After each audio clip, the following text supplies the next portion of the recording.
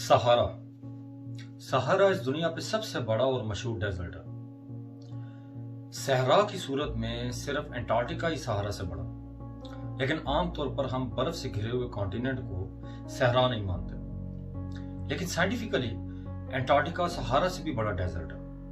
ज्यादातर लोगों के ख्याल में डेजर्ट ऐसा इलाका होता है जहां पे सूरज की तपिश बहुत ज्यादा होती है, बारिश ना होने के बराबर या बहुत कम होती है और रेत ही रेत होती है।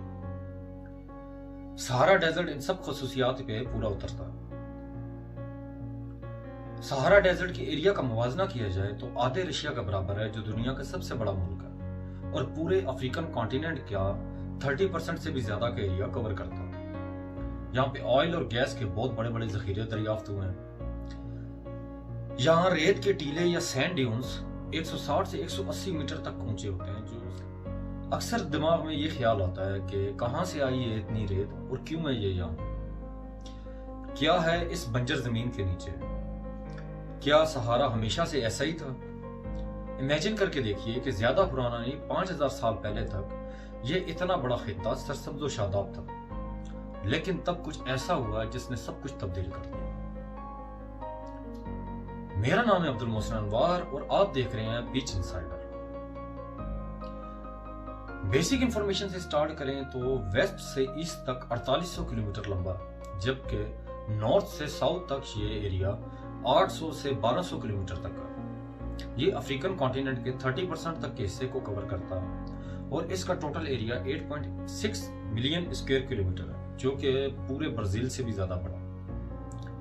बहुत से लोगों को हैरानगी होगी कि ये पूरा इलाका सिर्फ रेत या सैंड ड्यून्स पे मुश्तमिल नहीं है। सैंड ड्यून्स सहारा के सिर्फ 20% में है। सिर्फ इस 20% में ही खूबसूरत सैंड ड्यून्स देखे जा सकते हैं, जिनकी एवरेज थिकनेस 150 मीटर तक है, और जबकि कुछ की 300 मीटर से भी ज्यादा।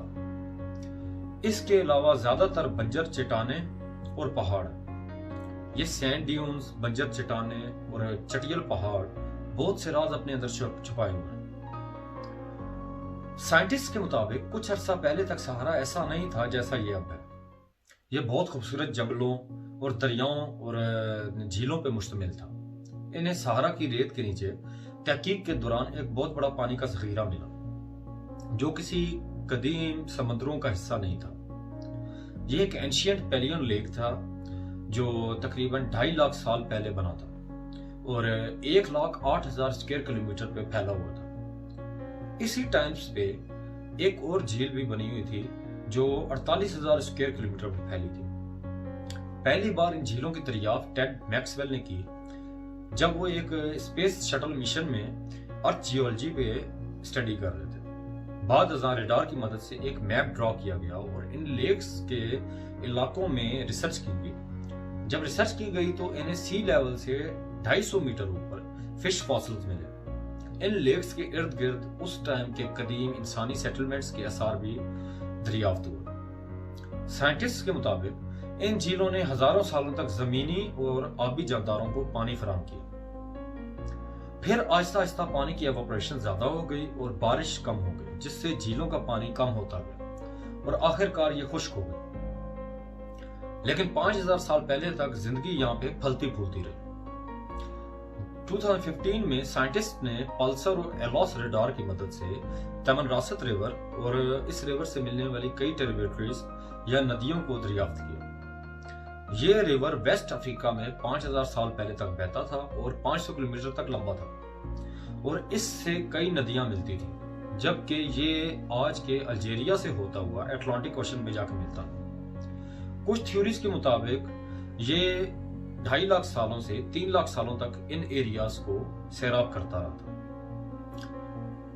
सहारा में आज भी कुछ पानी के जखीरे उन झीलों की निशानदही करते हैं जिन्हें ओएसिस कहा जाता है, जो रेत के नीचे रिजर्वायर्स से मिले हुए हैं। अगर टाइम में कुछ लाख साल पीछे और जाया जाए तो सहारा की कहानी और भी मुख्तलिफ और दिलचस्प है। कई मिलियन सालों पहले मेसोजोइक एरा में सहारा की जगह पे समंदर होता था। आज की मौजूदा वेल्स के एंसेस्टर्स, जिन्हें बेसलोसोरस भी कहा जाता है, इस इलाके में काफी तादाद में रहते थे, जिनके फॉसिल्स वादी अल हितान इजिप्ट में खुदाई के दौरान मिले। लाखों सालों तक इनकी और कई समुद्री मखलूकों की हड्डियां समंदर की तह में पड़ी महफूज हो गई, जो आज सहारा कहलाता। वहां पे इतनी ज्यादा समुद्री मखलूक और वेल्स के फॉसिल्स मिले हैं कि कई जगहों पे सहारा को दी वैली ऑफ द वेल्स भी कहा जाता है। यहाँ से सिर्फ समुद्री मखलूक के ही नहीं बल्कि कई मिलियन साल पुराने जमीनी सब्जी खोर जानवरों के भी फॉसिल्स मिले हैं, जिनमें सबसे बड़ा सब्जी खोर सौरोपोड भी शामिल है। ये 32 मीटर तक का ऊंचा था और 60 टन तक का इसका वजन था। साथ ही मेंसोसॉरस की हड्डियां भी दरियाफ्त की गई हैं, जो साइंटिस्ट के इस नजरिए को और भी ज्यादा तकवीत देती हैं।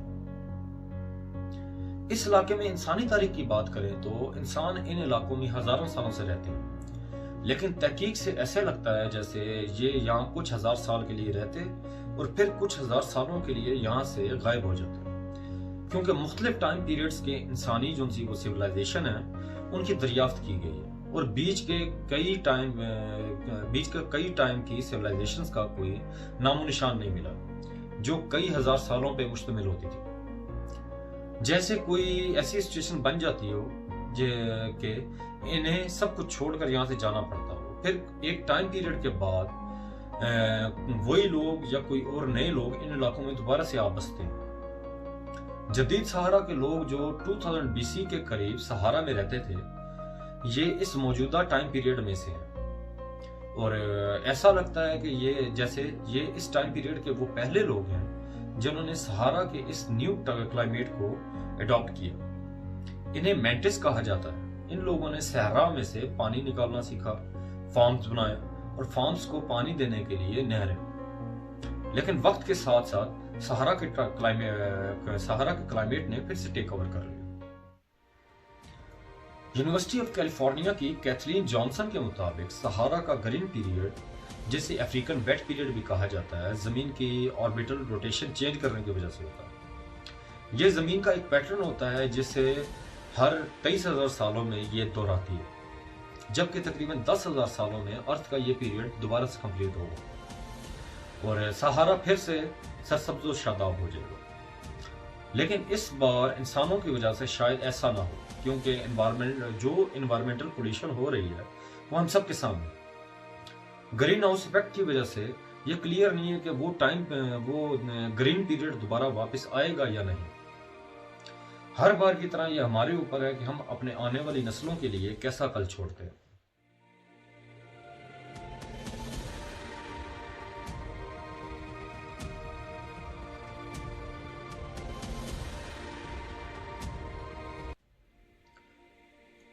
उम्मीद है आपको ये इन्फॉर्मेशन पसंद आई होगी। अपना और अपने प्यारों का ख्याल रखिएगा। अल्लाह आपका हामी नासिर।